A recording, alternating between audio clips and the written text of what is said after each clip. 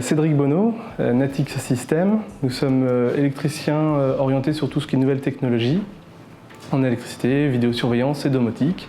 Alors l'envie d'entreprendre, je l'ai depuis presque toujours, puisque ce projet-là, je l'ai déjà construit bien en amont. Et au fur et à mesure de mes études, je me suis dit voilà, je suis prêt, je vais me lancer. Donc c'est ce que j'ai fait, j'ai souhaité le faire à Saumur.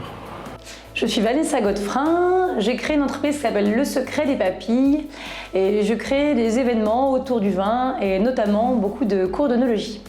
La première fois que j'ai voulu entreprendre, c'était en 2009. Je me suis retrouvée avec des clients à table. Alors voilà, je faisais de la sommellerie, quelque chose de très classique, je servais du vin.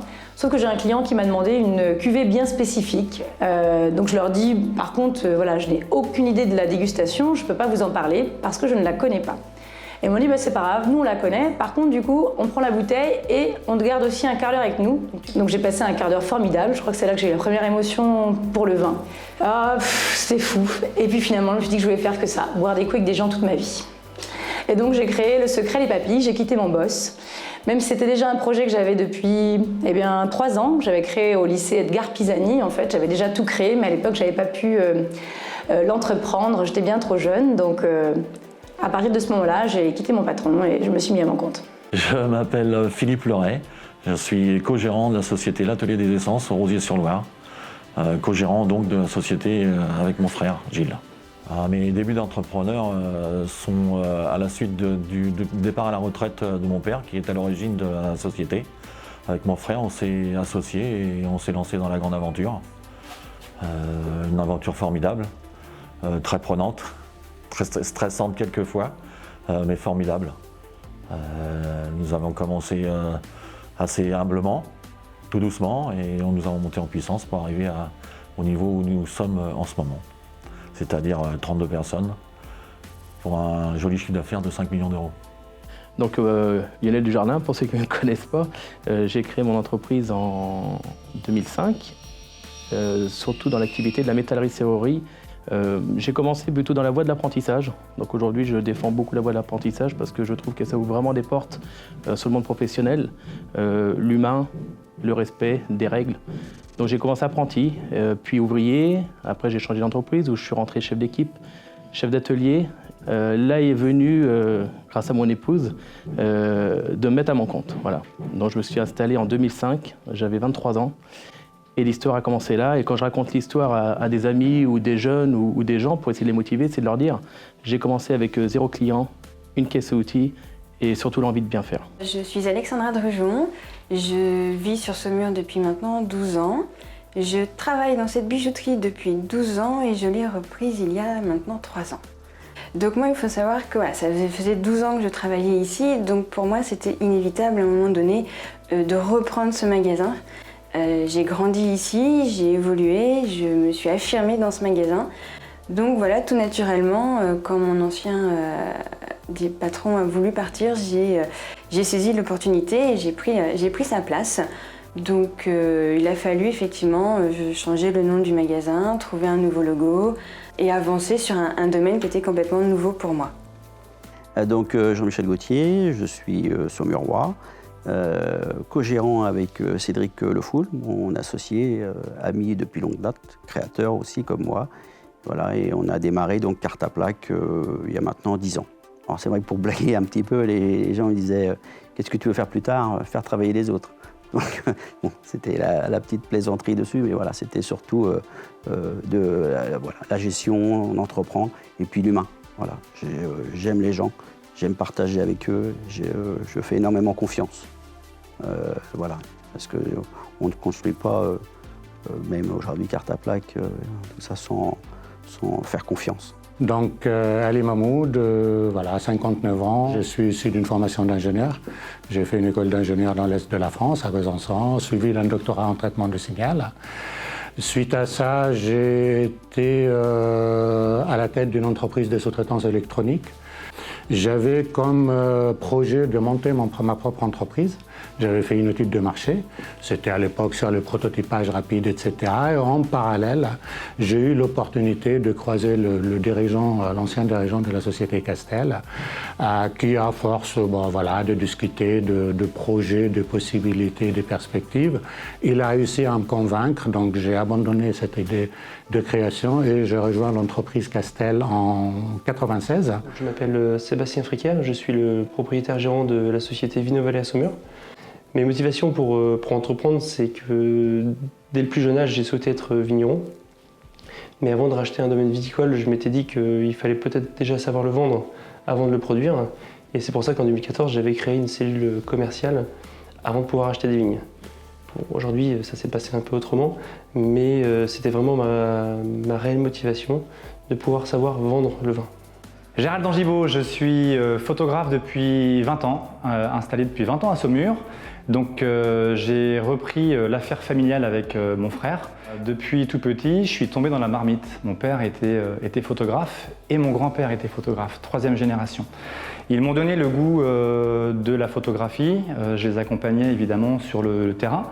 Donc mon père, il y a 20 ans, m'a proposé de la grande aventure d'entreprise en rachetant l'affaire Decker qui était présente à Saumur, une maison ancienne puisque la maison existait depuis les années 40.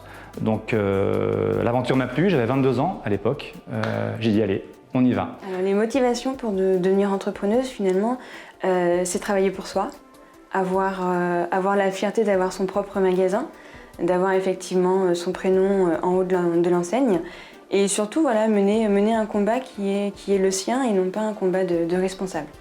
Alors les difficultés, je pense qu'aujourd'hui, s'il n'y en avait pas, beaucoup plus de personnes seraient à leur compte ou créeraient leur entreprise.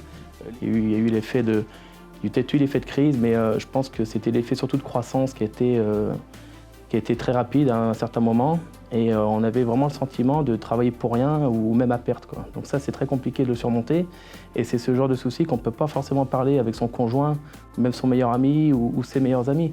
On l'encaisse, on surmonte. Et je pense que c'est là que l'entrepreneur il prend tout le sens de sa vie. C'est d'arriver à passer ce cap-là, de prendre confiance et de se dire à un moment, non, je suis pas mauvais, je suis bon et je peux m'en sortir, voilà. On a tous des moments, des difficultés, plein. Aujourd'hui, je dirais que dernièrement, le plus gros souci, c'est l'hypercroissance. Voilà. C'est doubler des effectifs d'année en année. Aujourd'hui, carte à plaque, on est à 100 personnes.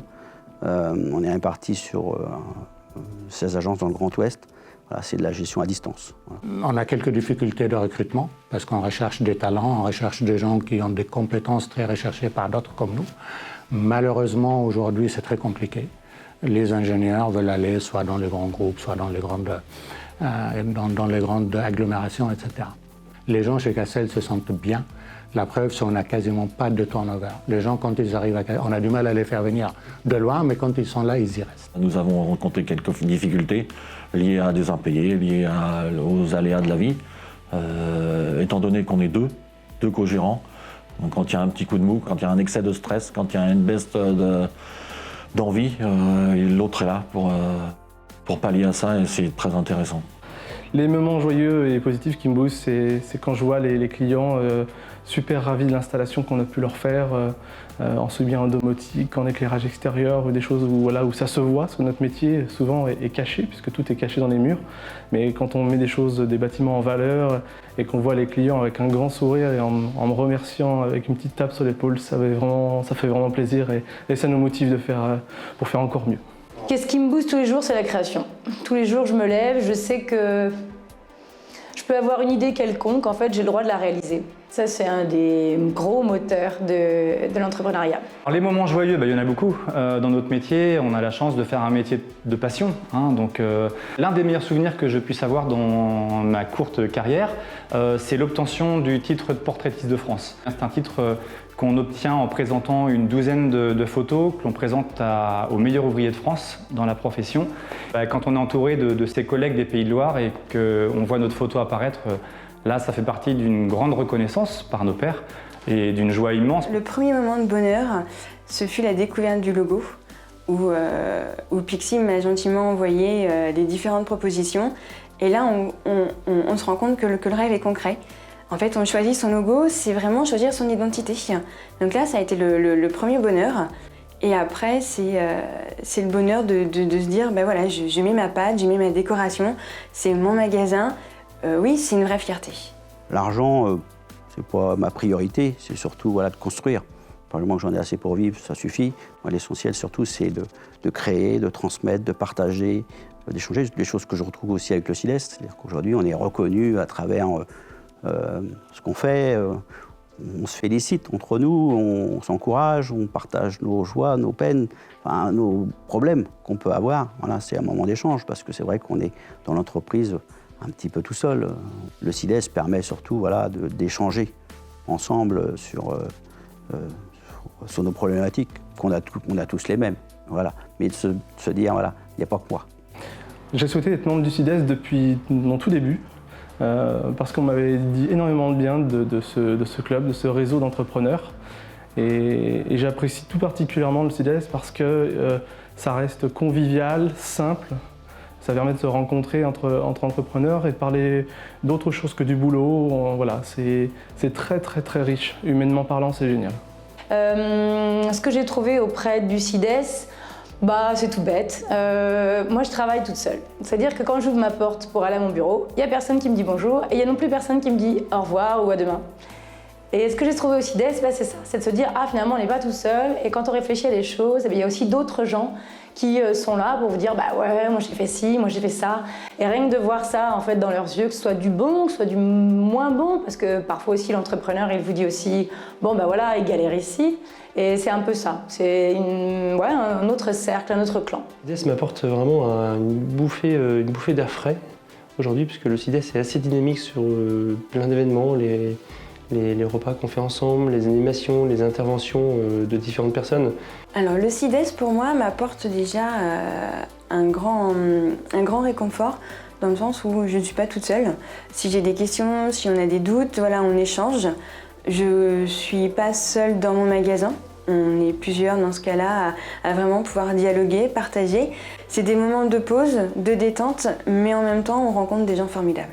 Pour être honnête, voilà, c'est vraiment l'activité de fin d'année, la conférence de fin novembre, où je trouve vraiment, depuis que j'y assiste, il y a toujours des intervenants de qualité, c'est très bien organisé, on apprend toujours des choses comme ça, et des choses intéressantes. Et j'espère que cette année, ça va être pareil, mais j'ai aucun doute.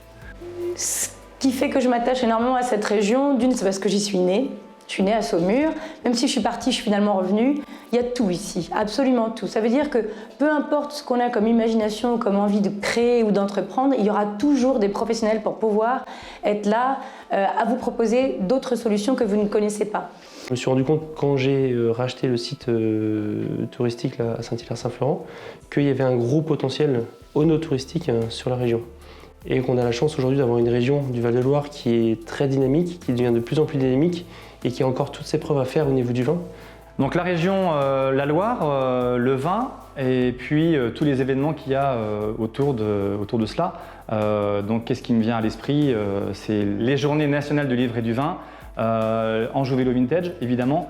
Ça c'est vraiment une chance pour la région d'attirer autant de personnes dans une diversité très importante parce que le public n'est pas le même.